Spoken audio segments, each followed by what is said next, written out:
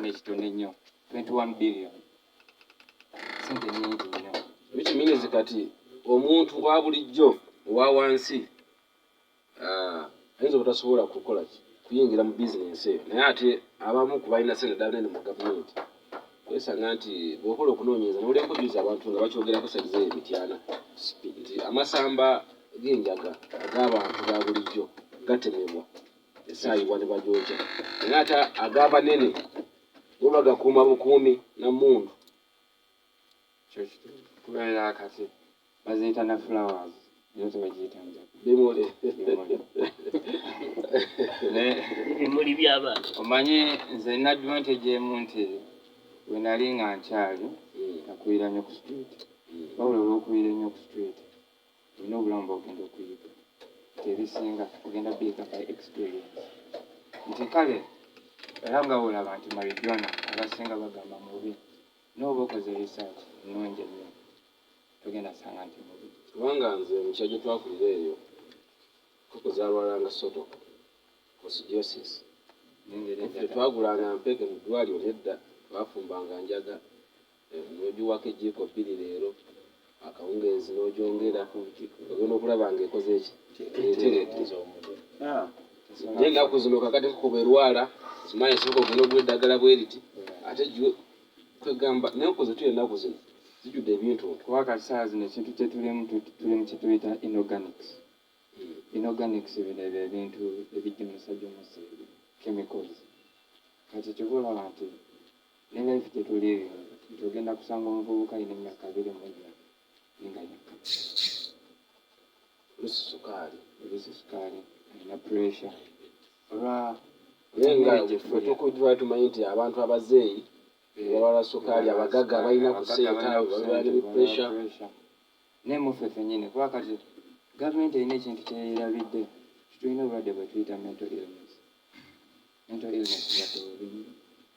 bo olina obujjanjaba n'okubeera nga olinako experience kuba mental illness omuntu yenna tulina abavubuka ayinza okuba nga alina omuwala gw'ayagala n'omuwala wa mukyawa agenda kuyinga for drugs kuba drugs ziringa comfort zone kivuga nti abantu abasinga becoming dependent because of the comfort. Bano bagamba nze mba n'ebizibu kamyu ku mwenge naye ate ne bwagunywa kasita gumuggwako ebizibu abisiŋŋaanawo n'abifeesi kiba kitegeeza nti alcohol will not be the solution to your problems ate n'enjaga nayo tegenda kubeera solution to your problems wabula ebiseera ebisinga is how you use it onywereddewa kuba ebiseera ebisinga mulimu abaana abamu oli ku dduuka ly'omuntu oyagala tumako wakazuukuka oyagala okume kitegedde kiba kibi nnyo kuba kati ebiseera ebisinga kiba kirungi ennyo at least nga olaba ne community gy'olimu bwenjaga abasinga bagiraba nga muntu era abasinga wano ogamba nti nze nnyo kati kaŋŋambe nti nyinza okuyimirira ku baamu nga nasitiki y'enjaga n'omuntu agenda kuyimirira ku baamu ng'alina eccupa eya Heiness omuntu alina eccupa ya Heiness bwe bamulaba bagenda gamba kyali wakabinda omugagga alina sente alina omwenge gwa bbeeyi wabula nze alina kasitiiki kamu ak'ekido wabula simalina kumanya ne community yennyini egana abannaye afande mutuyambe okuwona alina enjaga abannaye mubadde mutya tibagenda kunkuba jeeka eri enkande kati e community gyetubeeramu omwenge gwo baguleetera okuba nga nze neewuunya sigala kuliko bateko n'ebifaananyi ebiraga nti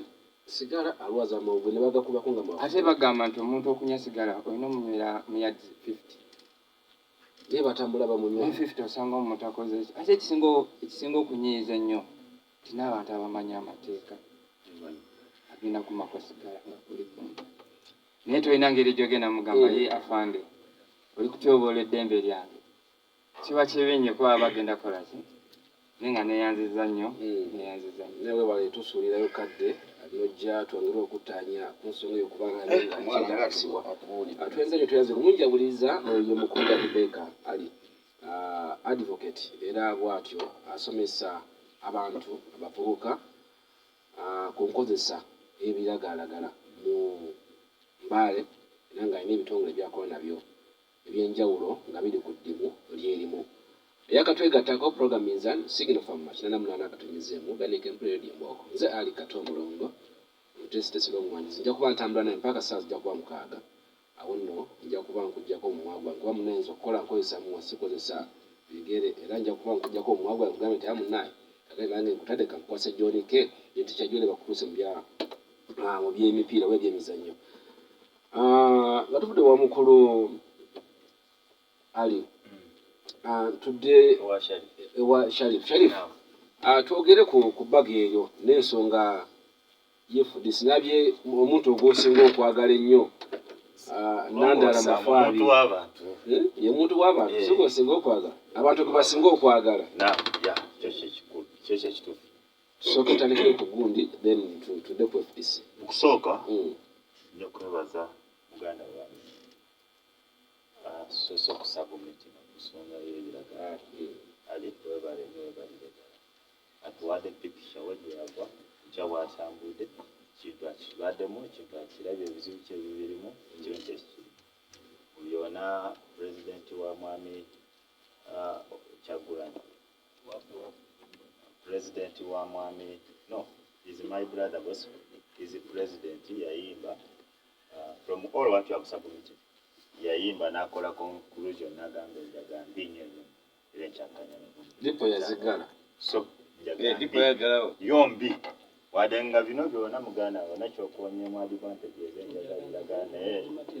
general conclusion katonda gyeyakuja nakuteeka wano wooli two ekintu kino sagala kudde mabegeko kireeta kifaananyi ki ng'okyali mu buko oyinza okozesa enjaga nga tomanyi ekya kifaananyi ky'abantu bakulabiramu twali wano mu generation za 2026 2021 abantu beesimbye okubwa bwa pulezidenti naye ng'ogyeko Kampala yali weebu wano ewaffe we twali ne Bosco gy'amanya waali obuzibu abakadde baatugamba nze nkikwako obujulizi kuba naye taata wange yakyogera ndiwaka tasobola kuwa bebe wayina akalugubanya ki anywa enjaga oba nfuna bulungi ekifaananyi ekyo no I'm trying to build a picture advantages of taking cocaine using drugs oyinza okikolanga mu dduuka naye nkya ng'okuza ate olina kyoyagala mu bantu naye nga community eva ekulabira mu kifaananyi kirikola ki so kati okukola bulungi omulimu gw'okola ki osomesa abantu naye bano abanywa bano nibo bagambako esaawa zino bakirabanga kati bw'oba sitandi ku saidi yawe kuba ekintu kyakyo okikola ki kibakole modulator kintu kino kibi nnyo wano last week but one bagenda ne basala omwana wange obukizo bamujjako omutwe bamuleeta yanga gaaba obunayinas naye yakikola mwana ate wa mu nyumba according to the research that we did ono muvubuka yali akozesa biragala the same place of mine last year baji ewange wenyini nze sipiika w'ekitundu kyange my own clan muwala wa mukulu wange omulanya ne bamujjako ki okukola research ng'ebiragala abaana bye bakola ki bagenze disibereya gwa musanvu ne baleepinga omukyala era ne tukola research bano be twakwata okunoonyereza okusanga ebiragala bikola ki so ebiragala bifuuse ebiragala Uganda tetumanyi ensi weetuuse oba gavumenti yaffe erinobonako abantu twatubakanga obulijjo oba generation naye tuli mu buzibu bw'amaanyi kuba okonye ku biragala bingi naye waliwo abakozesa n'amafuta g'ennyonyi amafuta g'ennyonyi nago magenyi kati kanaakakoola amafuta g'ennyonyi tulina ennyonyi meka mu Uganda amafuta g'ennyonyi era amafuta agafunabuuze gayingira gatya mu ggwanga era gatuuka gatya ku mwana ono agakozesa ku muntu wa wansi ntera kuba kifaananyi gambye oba gavumenti yaffe erino one word if a was person is enough by them nga sinana kufunya statement yange there is something that I said before is it the weakness of our government or our people so kati gwena okwebuuza amafuta gayita naye nga amafuta mu baana gikali so kati ebiragala generation gye tulimo yawukanako ne generation gataata bategera nkola wadde nga waaliwo ebiragala naye ate essaawa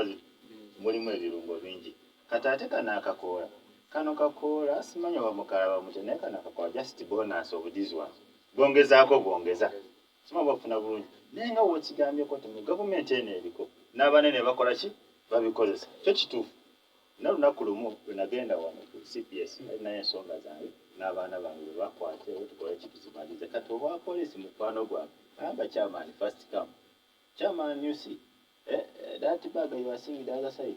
twagije mwoni naye kyewuunyisa mulimu enjaga naye na wano bagibirawo so kati chairman goloza baana abagiba so that is where I was building my point sija tulimu nzibu era n'obwe yagala bukulembeze ng'omuvubuka sooka weekuba mu mutima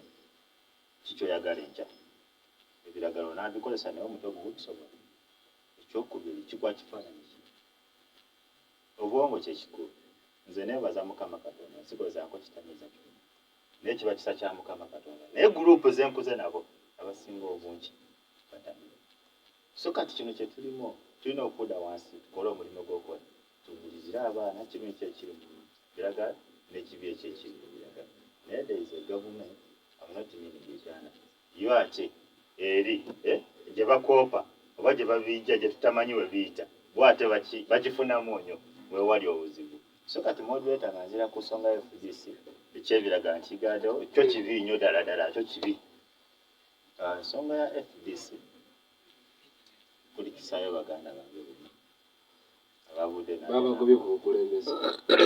kulikisayo baganda bange bonna ababudde najja n'abawala ekitebe ekikulu okuli obukulembeze obulina constitutional rights tulina okufolowinga era principles za party tulina okugoberera anything outside the principle of the party is nonsense tosobola kubeera moderator wa Sigina FM noba ku Sigina FM noda wali ku maabali erigoni ate n'olagira management ya Sigina FM okuli manager bona bafulume kiba kitegeeza na justice kyamu ku bwongo so kati obaagala kujja mu manager obwesigwa n'abamoderator baano olina okuyita procedure kino ekiriwo ekyabadde katonga mwalabye situation yasooka nti bakuba bantu tebakuba bantu kujjako abantu baali babayagala election entuufu nti eteeka wali balifulumya nti kyemukola kikyamu temugendayo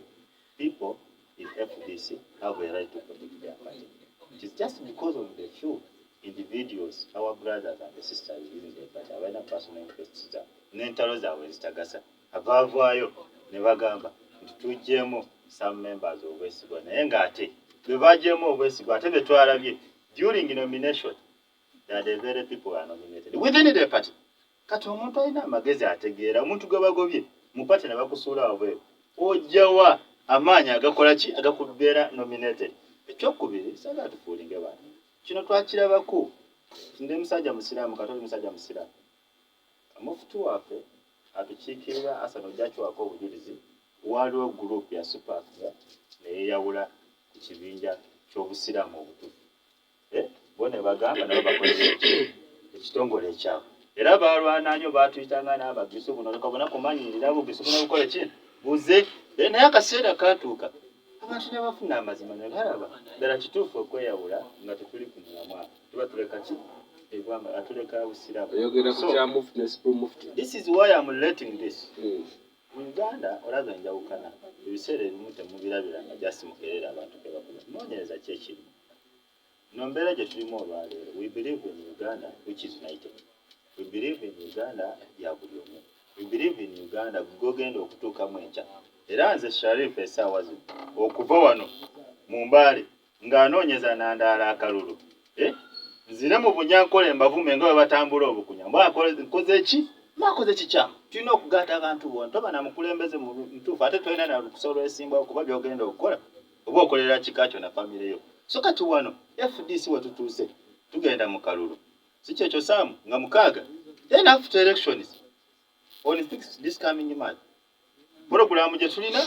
okutambula eggwanga lyona okutwala obukulembeze mu maaso so kati kino ekyabaddewo kyona kwabadde mu sorting